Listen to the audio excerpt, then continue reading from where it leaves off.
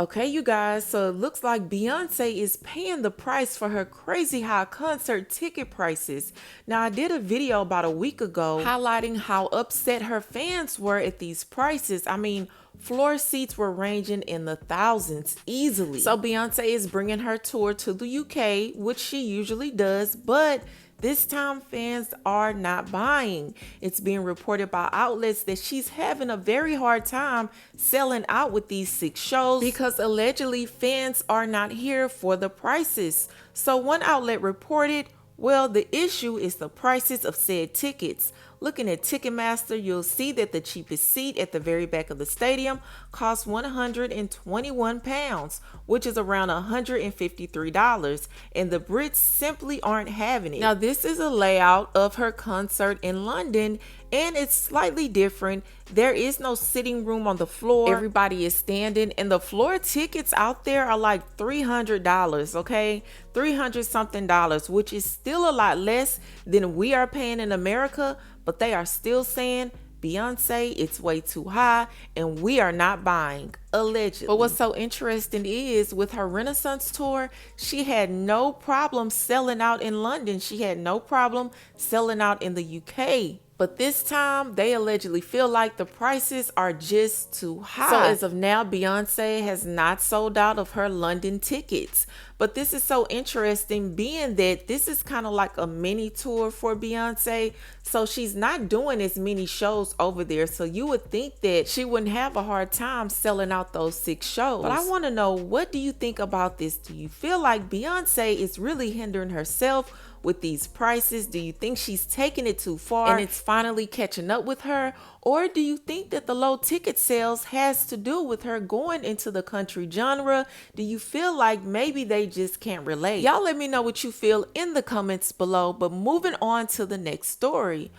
Okay, you guys, so Tamera Housley's husband, Adam, is getting so much backlash for his comments that he made about food stamps. So Donald Trump wants to make it to where you cannot buy any junk food on food stamps anymore. He wants to cancel all of that out. So Adam took to his Twitter to give his 2 cents, and people are calling him out. So someone posted on Twitter, breaking: Trump administration may ban the use of food stamps for purchasing junk food per NYP. So he posted, as a kid who grew up in neighborhood grocery stores since I was 5, I can't tell you how many times I saw people come in and buy crap food for their kids with food stamps. Then open the wallet and use cash for liquor, beer, wine, and cigarettes.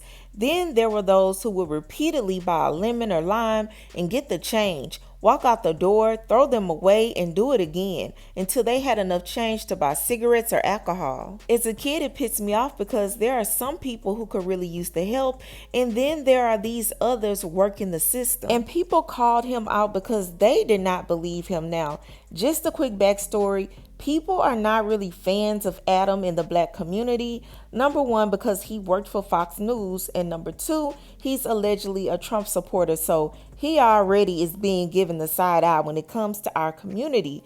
But this is what they had to say about his post. You are a goddamn lie, LOL. This never happened.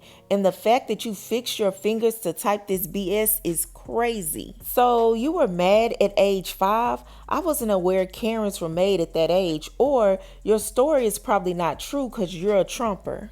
Imagine being so racist as a child that you got pissed off as a 5-year-old watching people buy things that had nothing to do with you. You were so rich that you couldn't relate. You likely had no idea what the F EBT was. You had a vineyard as your front yard. And when they say he had a vineyard as his front yard, they are not lying. So he grew up in Napa, California, and this explains Adam is a 6th generation from the Bay Area and was born and raised in wine country, growing up with the vineyard in his front yard. And Adam was born in 1971, so that means he grew up around that area between the 70s and the 80s. And this is why people are feeling like he's not being honest, because he didn't even grow up in an impoverished area to where you would see people constantly using food stamps all the time. They're calling cap all the way around because that is a middle class area.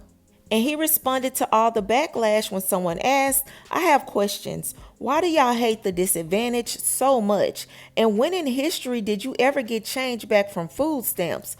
who in wine country where you grew up was on food stamps? And he didn't really specifically answer those questions, but he did say you missed the entire point, and people haters have once again purposely lied and taken things out of context. We were talking about how fraud hurts people who truly needed them. I saw it firsthand for years and continue to help people in need out of my own pocket.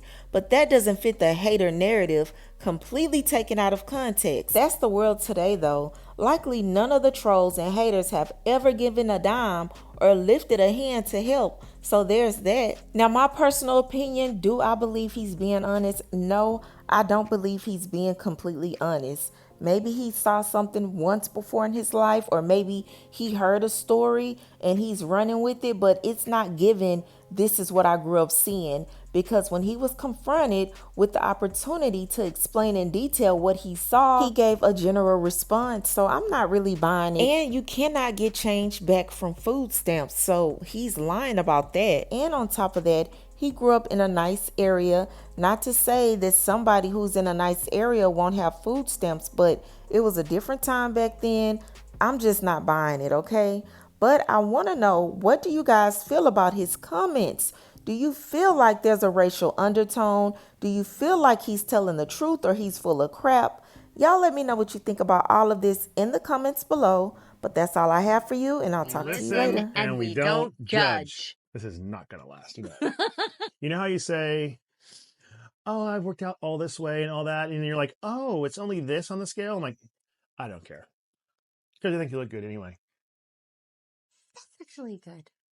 But it's true. That's good. That is good. But I still don't really care. We listen and we don't judge.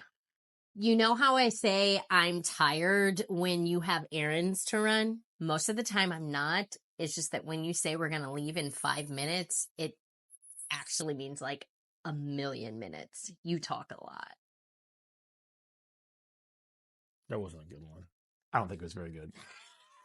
We listen and we don't judge. So should we have the kids do this? I'm just going to say we should, but we need to be prepared because the shade is real from both of them. It's going to be up the roof. I think I just dated myself. Does anybody say that anymore? Up the roof? I never even heard it before. You really dated yourself. Now live. Hi, guys.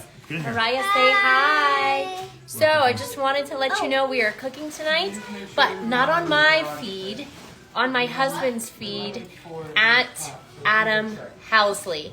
Okay? At Adam Housley. We are back in the kitchen. If you followed me for years, you would know that we used to have quarantine cuisine. We're on the live right now. I know, huh? No, show them the live. Yes. With at Adam Housley, okay? So, if you guys want to come on, hop on at Adam Housley, okay? Oh, look at that face. Look at that face. All right, guys. And Charles. Love you. We're going to start